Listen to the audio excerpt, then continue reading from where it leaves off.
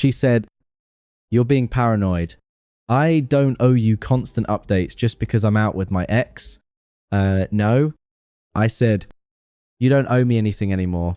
She realized what I meant when she came home and her key no longer fit. Hey viewers, before we move on to the video, please make sure to subscribe to the channel and hit the like button if you want to see more stories like this. Thanks. I used to think love was mostly about trust. You meet someone, you give them the benefit of the doubt, and you try not to keep score. For a while, that actually worked. When I met Rachel, she felt like the calm in my life. I was working long hours in it, coming home to an empty apartment every night, eating takeout over my laptop. She came along like a breath of air, spontaneous, loud in the best way, always dragging me to new places. I liked how she filled the quiet. We dated for almost 3 years. At first, everything felt balanced. I handled the practical things.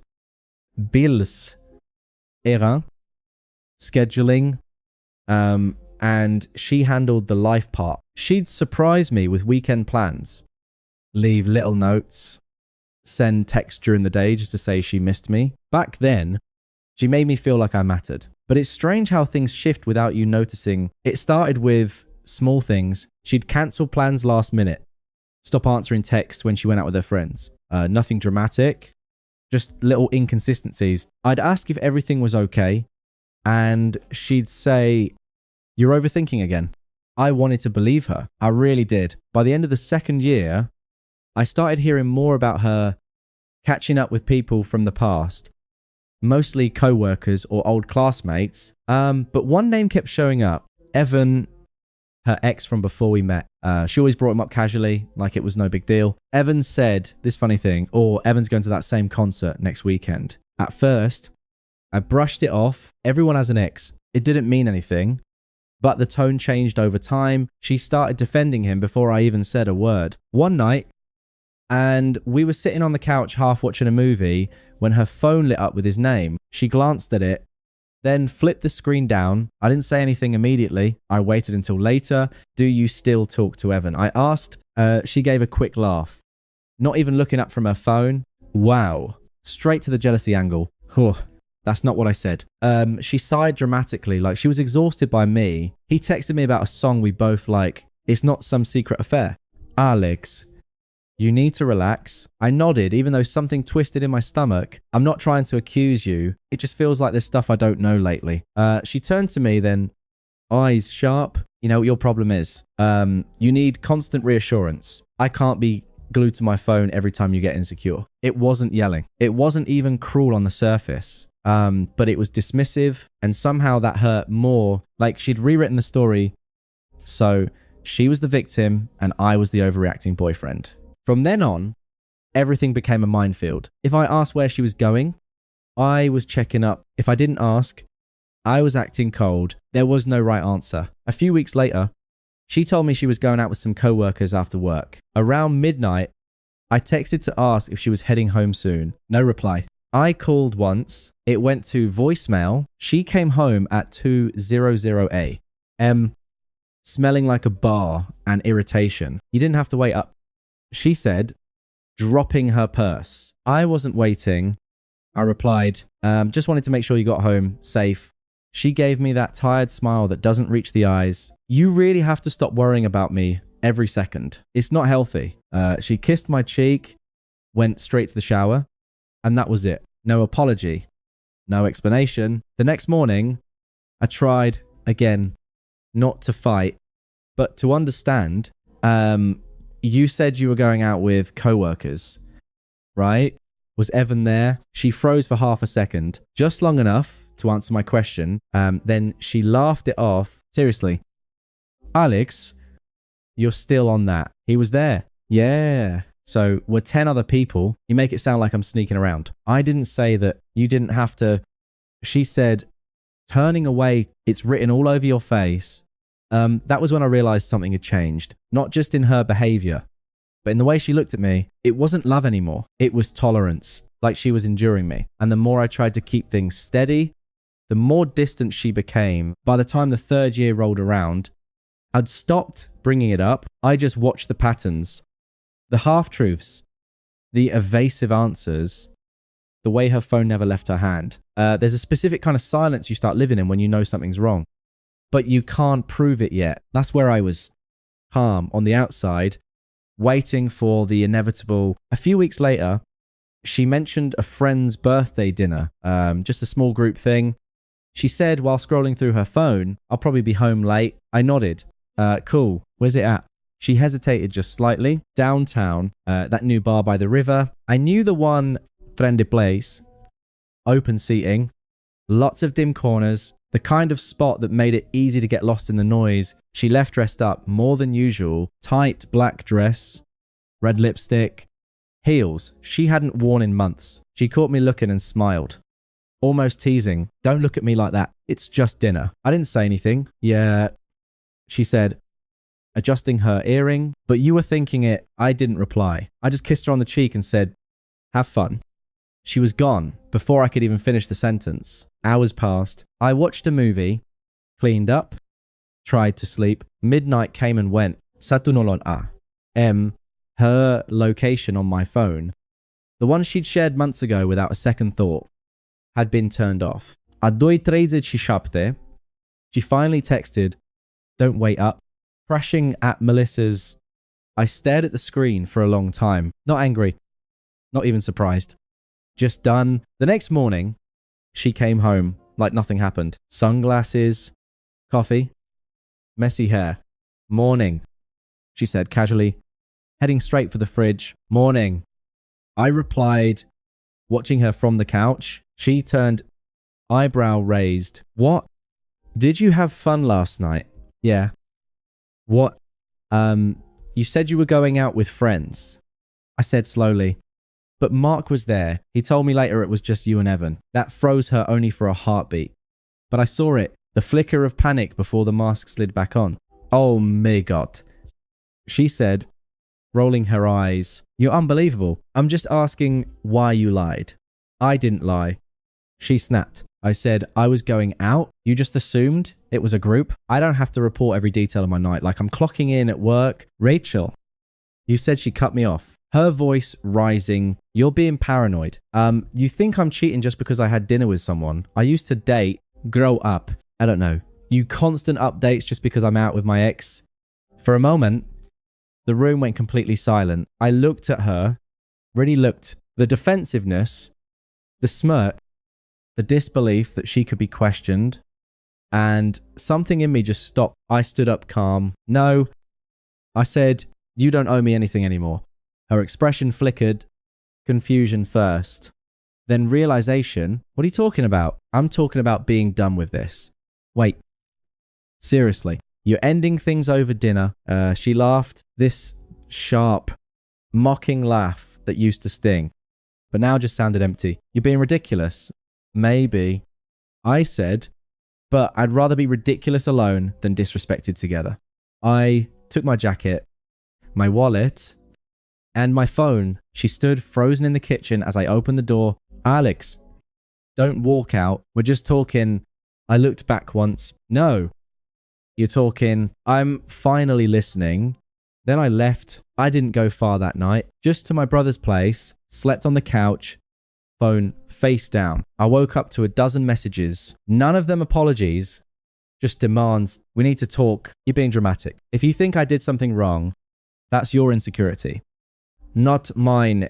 By the time I drove back the next morning, I'd already made my decision. I changed the locks, took her things that weren't personal, clothes, makeup, a few books, and left them neatly in a box by the door. Then I turned my phone off. When she got home that evening, I was gone. Later, I'd find out from a friend that she stood outside for nearly an hour, trying her key over and over before realizing it wasn't going to work. He said she looked more confused than angry. Like she couldn't process that someone she'd underestimated might actually walk away first. That was the last time I saw her face, at least for a while. The first night after I changed the locks was the quietest I'd had in months. No buzzing phone, no tension in my chest, waiting for her to come home. No half-sincere apologies or tired arguments. Just quiet. I thought it would feel lonely. It didn't. It felt like oxygen. For the first few days, she must have thought it was temporary. I didn't block her number. I just didn't answer. The text started soft. Can we please talk about this? You really overreacted. Alex, I didn't do anything wrong. Then, when I didn't reply, are you seriously ghosting me after everything we've been through? You can't just lock someone out and disappear, but I could, and I did. It wasn't about punishing her. Not really. It was about ending the conversation. She'd been controlling for too long. Every argument, every deflection, every time she made me doubt what I saw, the silence wasn't revenge. It was peace. By day 4, she showed up at my work. She must have waited outside because I saw her through the glass door. Mes subun, dark circles under her eyes, holding her phone like a lifeline. When she spotted me, she gave a small wave, half smile, like we just bumped into each other. Alex, she said as I stepped outside, can we please talk? There's nothing to talk about. She frowned. You're not even going to hear me out. I already did. You made it clear I was paranoid, controlling, insecure, all because I asked for honesty. Her face hardened. You're twisting everything. You're acting like I cheated. I don't care what label you use, I said quietly. Disrespect is enough. She crossed her arms, defensive. You're being dramatic. Then stop performing, I said, and went back inside. She called after me, but I didn't turn around. That was the first time she saw. I wasn't bluffing. After that, the messages, shifted tone, desperation creeping in. I miss you, please. Alex, can we talk? I can't sleep. I just want to explain. Then, when I didn't respond, you're really heartless. You know that you think ignoring me makes you better. It just proves I was right about you. Every few hours, my phone would light up with another attempt, different numbers, even her friends' phones. One of them, Lena, who'd always defended her, sent me a long message. She's a mess.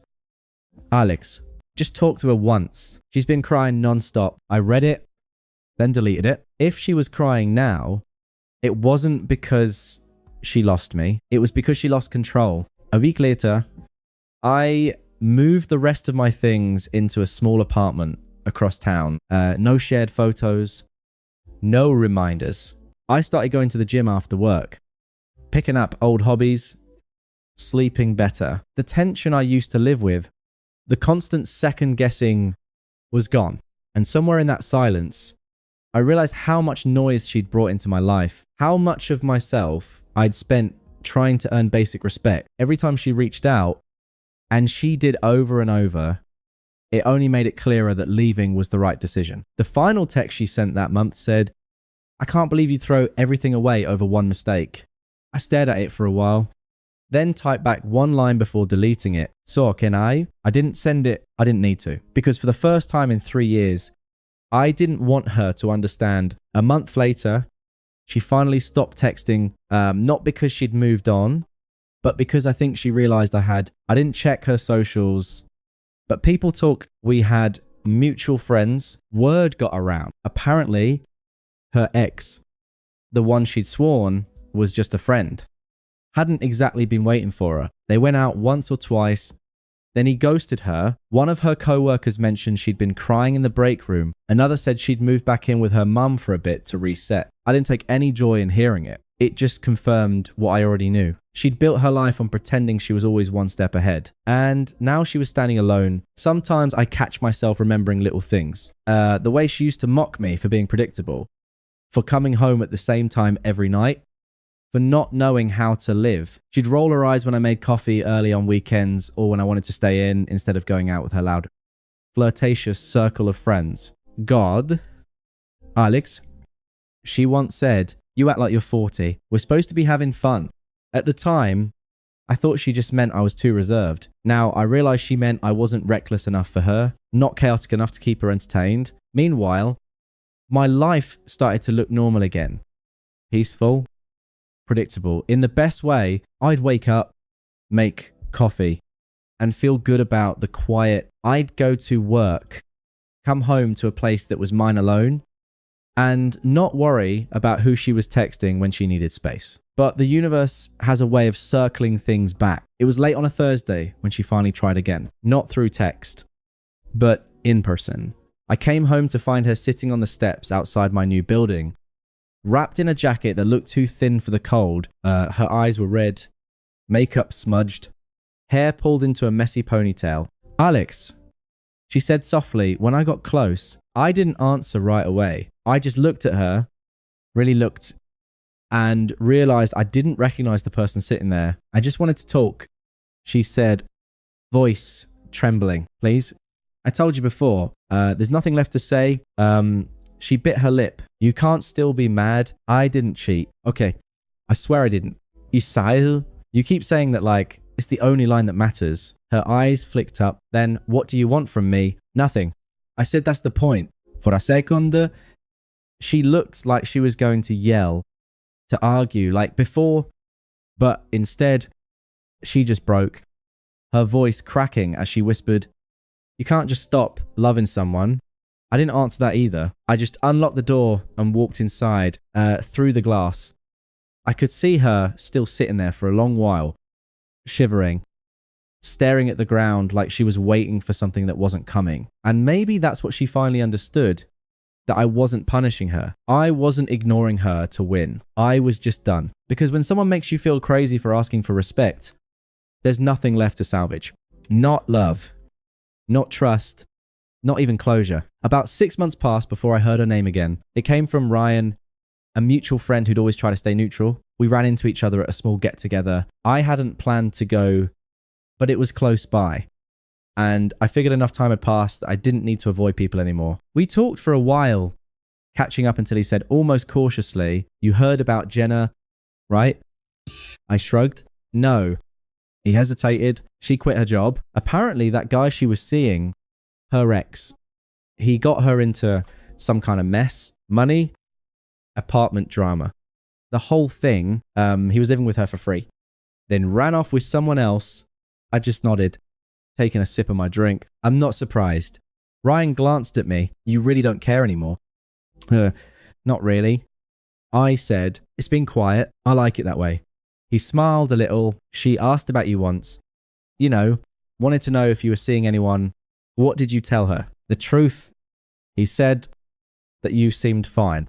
That was the end of it. I didn't go looking for her page or message her, even out of curiosity. The old me would have wanted to know every detail, who she was with, what she was doing. If she ever regretted it, the new me didn't need any of that. But life has a strange sense of timing. 3 months later, I saw her again, not planned, just coincidence. I was at a coffee shop near the office waiting for a client when I heard someone say my name. I turned and there she was, standing in line, holding a worn purse, eyes wide, like she'd seen a ghost. "Alex." Her voice was shaky. She forced a smile, trying to look casual, but there was this flicker of panic behind her eyes. Hey." I said simply, "Wow, you look different." She said, "Good, different." I nodded. "Thanks. How have you been?" She hesitated, up and down. "I guess things haven't really worked out lately. I've been meaning to reach out, but, She trailed off, looking at the floor. I didn't know if he'd even respond. I probably wouldn't have. I said, that made her laugh awkwardly. "Yeah." I figured. She looked around, then back at me. "Do you have a few minutes?" I was actually going to ask if maybe we could talk sometime. You know, just clear the air. I checked my watch. I don't think that's necessary. Her smile faltered. I wasn't trying to. I know. I interrupted gently. "But whatever you're looking for, it's not with me anymore." She blinked like she wasn't sure what to say. Then she whispered, "You really mean that, don't you?" I do. Something broke in her posture. That old confident air was gone. She just stood there, nodding slowly, trying to keep her composure. "Okay," she said quietly. "I get it." I gave her a small, polite nod and turned to leave. Before I walked out, she said softly, almost to herself, "You really moved on?" I didn't turn around. "Yeah?" I said, "You taught me how to..." And that was it. No grand speech. No dramatic. Goodbye. Just a quiet end to a story that had already finished a long time ago. I walked out into the afternoon sun feeling light, not vindicated, not triumphant, just free. The kind of peace that doesn't come from payback. It comes from finally knowing you don't owe someone your pain anymore. Thanks for watching. Make sure to subscribe to the channel and hit the like button. What do you think about this story? Share it in the comments.